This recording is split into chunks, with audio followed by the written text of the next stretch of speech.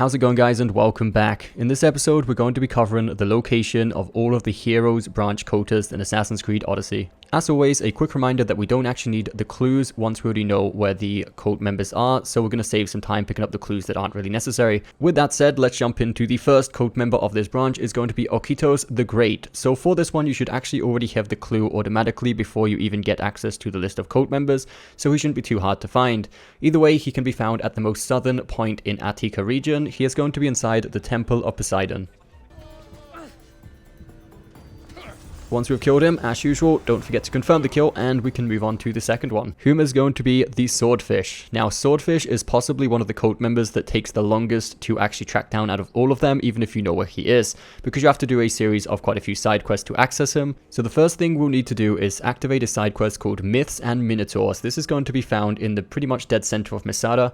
If we try to loot this chest, a cutscene will begin where this child sort of accuses us of stealing his stuff, and then he will proceed to lead us to the entrance of where the Minotaur resides.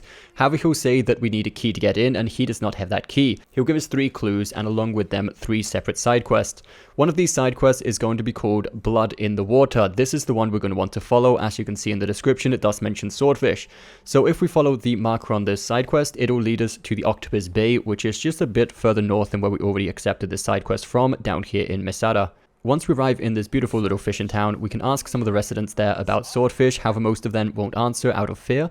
There'll be one person who slightly talks about him, and the information bar will fill up just a little bit. However, we will be ambushed here by some enemies. Once we've dealt with them, we need to do 2 more support side quests inside the Blood in the Water side quest to be able to fill the information bar completely up.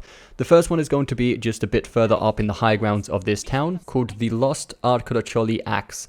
This is going to be a very quick and very simple side quest. All we need to do is go into the cave pretty close by to the bay, and if we simply follow the pathway inside the cave here, it's pretty hard to get lost. There's only 2 different directions. One of them is going to be a shortcut leading back to the other entrance, and the other one is going to lead to a dead end where we can loot the treasure, and right next to this treasure is also going to be the lost axe we're looking for. Be careful, as we'll also be ambushed by an enemy as we go to pick up the axe.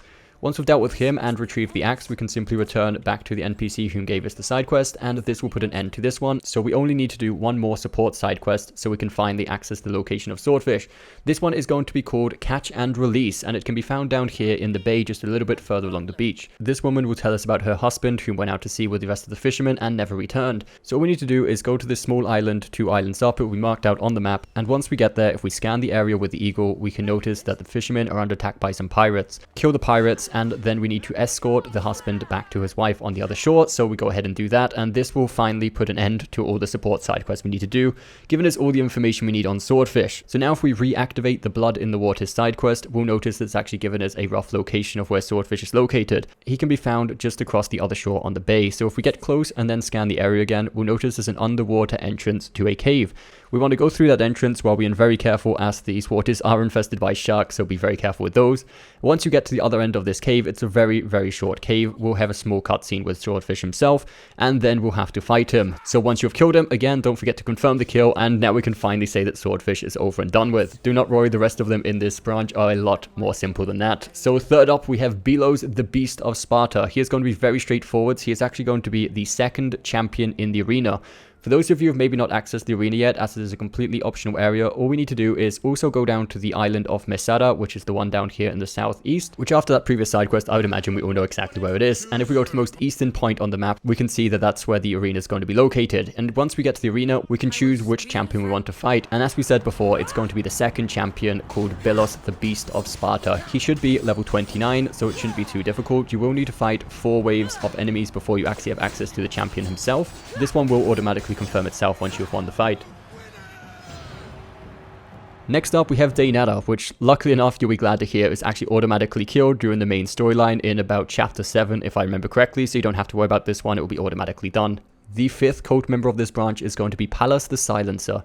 So for Pallas the Silencer, we want to go and check out Achaia, and we want to make sure that Sparta has control of it, so we need to make sure it's highlighted in red. And then we need to weaken the Spartan forces, as we usually do, either by killing off their leaders, killing soldiers, simply burning their supplies, etc, etc.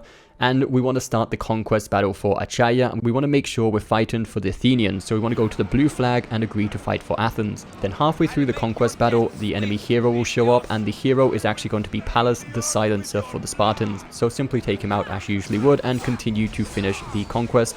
and that will put an end to Pallas the Silencer. That is going to be all 5 of the basic members of this branch, therefore unlocking the location of the Sage, the leader of the branch of heroes of the Cultist. And this one is going to be Exekias the Legend. So this one can really vary on location. He moves around a lot. So it's a really good thing that by killing off all other 5 Cultists, he will automatically be marked for you all the time, because I've seen some people encounter him all the way up in Achaya. For me, he was all the way down here in Arcadia. But like I said, he will be marked on the map individually for you if you've killed all the other 5 cult members in this branch. So we go ahead and kill him. He will be recommended level 50, so be very careful with that. And that finally puts an end to this branch of Cultist. I hope you did find this video helpful, guys. If you did, don't forget that thumbs up button, subscribe for more content coming very soon, and we'll see you next time.